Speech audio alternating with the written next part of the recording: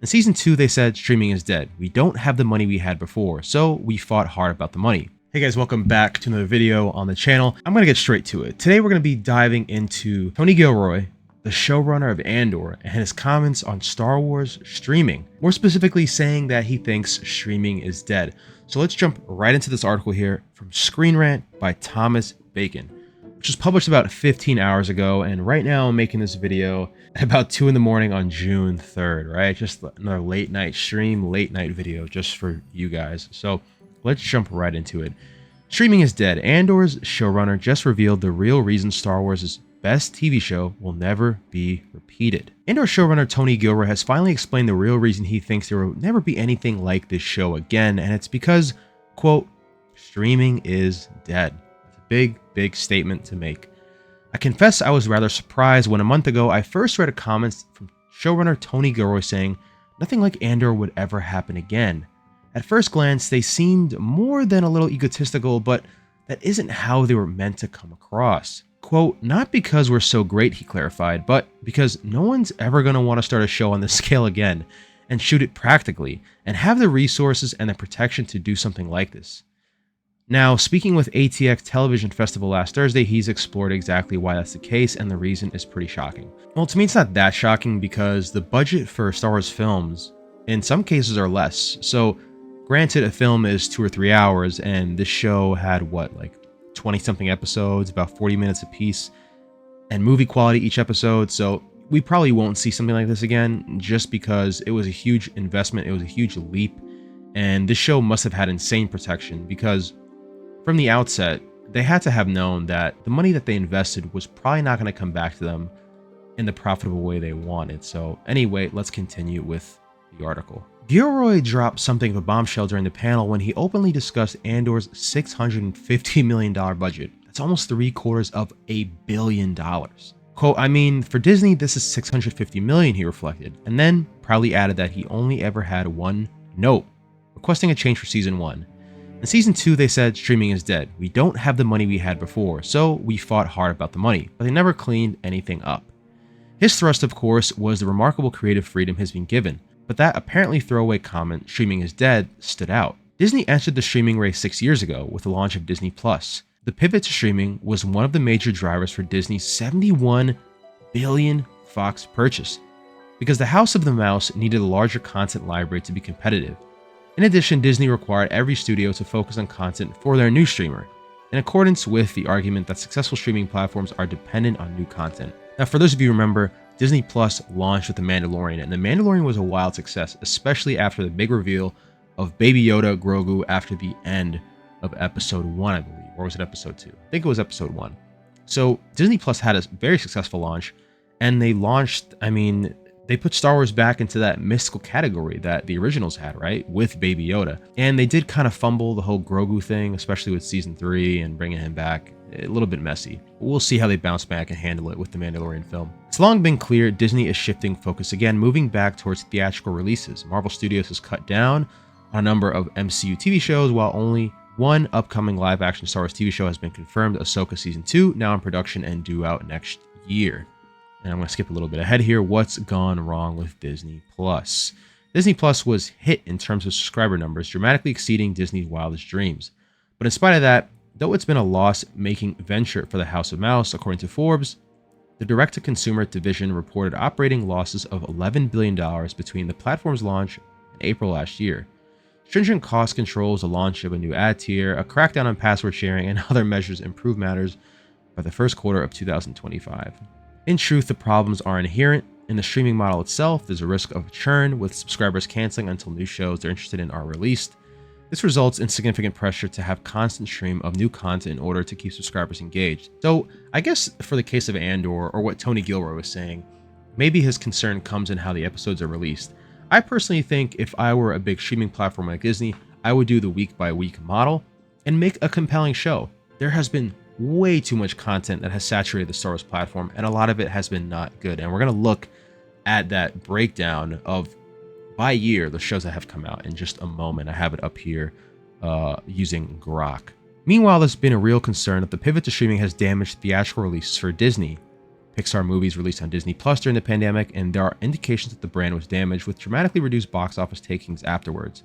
But I think that's industry-wide, though. I don't think we've really truly bounced back as a society from COVID, and I think there's still a lot of lingering effects from, just movie-going down to people still working from home. Things never really went back to the way they were, and I don't think they ever will be. I think it's up to the studios to just adapt with the times and find a way to bring that excitement back in a way that's conducive to life post-pandemic, which is kind of crazy to say because the pandemic was kind of a while ago. Marvel Studios' Disney Plus TV shows are now seen as diluting the MCU brand, and I think, like I just said, the same thing's happening with Star Wars. While the studio lacked the bandwidth to properly produce these shows and movies, meaning quality has declined, Lucasfilm faced similar bandwidth problems, which helps explain why it's been 6 years since we had a Star Wars movie. Kathleen Kennedy made a comment around that time saying they're going to take a break from Star Wars after The Rise of Skywalker. I don't think the bandwidth problem with Star Wars films has been because of streaming or viewership or the box office. I think it's because they don't really have a direction in which they're going. J.J. Abrams set up the 8th and 9th film very nicely with a lot of different questions and interesting characters and different ways they can take things, and Snoke being Plagueis and the Knights of Ren being this and Kylo Ren being that, and Rey not really having parentage or having parentage, right? And they kind of just made not the best decisions with those questions, and they really screwed up the next two films. So the reason I think we haven't had a Star Wars film in 6 years is not because of bandwidth problems and streaming and all this stuff. It's because they just haven't figured out quite what they want to do yet. I think they're on the right track with the Thrawn film, homage to Heir to the Empire. I think their minds are on the right track, and I hope they keep going that direction. I think that's what's going to bring Star Wars back. Maybe doing some Old Republic stuff, but again, that's kind of a topic for another time. Disney isn't getting out of streaming, of course. Rather, I think we're heading into a period marked by a very different strategy for Disney Plus. There were hints of this far back as February 2023, with reports Lucasfilm was under orders to ramp up movie production ahead of Star Wars Celebration 2023. Since then, it's become clear that Disney Studios are focusing on theatrical releases.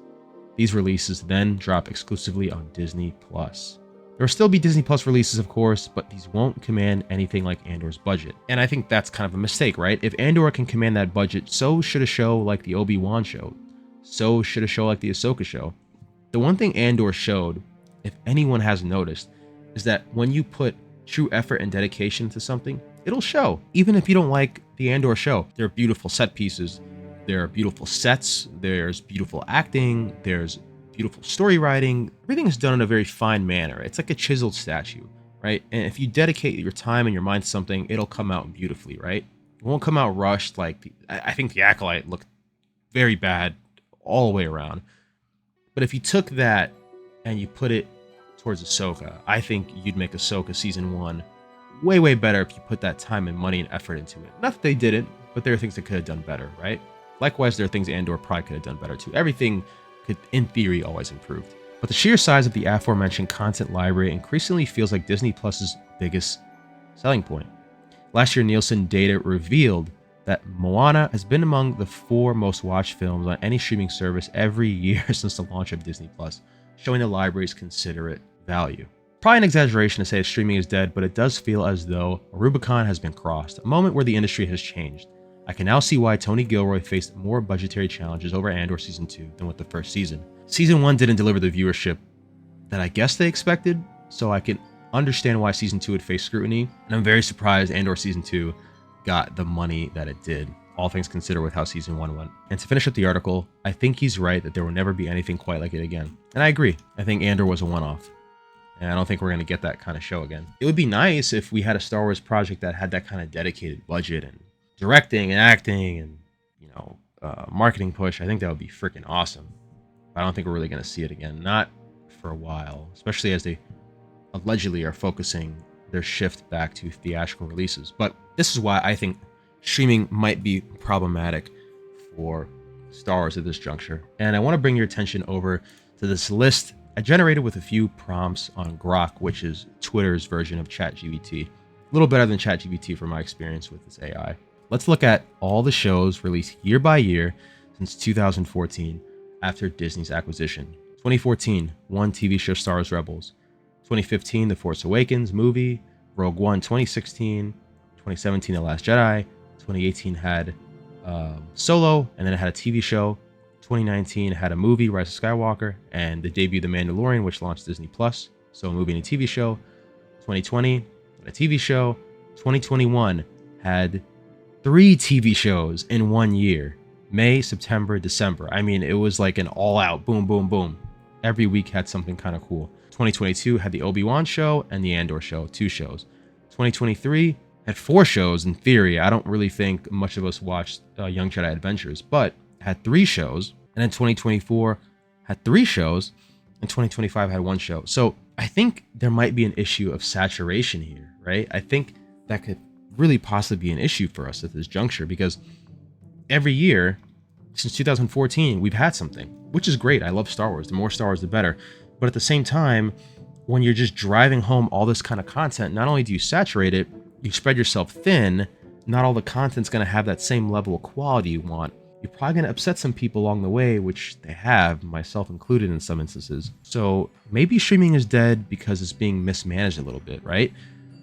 You can definitely retain your audience by spreading these things out a little bit better. But there's no reason like we should be having 4 TV shows in a year, 2023, 3 TV shows in a year, 2024, 2 TV shows in 2022, 3 TV shows in 2021. That's a lot of Star Wars. So that could just be fatigue and a mismanagement of the IP and how people are receiving it. So I don't think streaming is dead. I like the TV shows. It's awesome to come home on a Tuesday night and you have some new Star Wars to watch. It's also awesome to see it in theater. Quantity versus quality, and having things in moderation. That's kind of a motto I lead my own life with. Things in moderation are okay. Things in excess, not good. So I want to know your thoughts about this. Is streaming dead? Are we ever going to see something like Andor again? Are they going to dedicate the resources to shows like Ahsoka Season 2 the same way they did to Andor? And would it be a mistake if they didn't? So definitely let me know all your thoughts in the comments below. Don't forget to like, comment, share, and subscribe. Sharing these videos and liking them, it means the world to me and it helps the channel grow. So until next time, stay safe. May the Force be with you always. Catch you later, guys.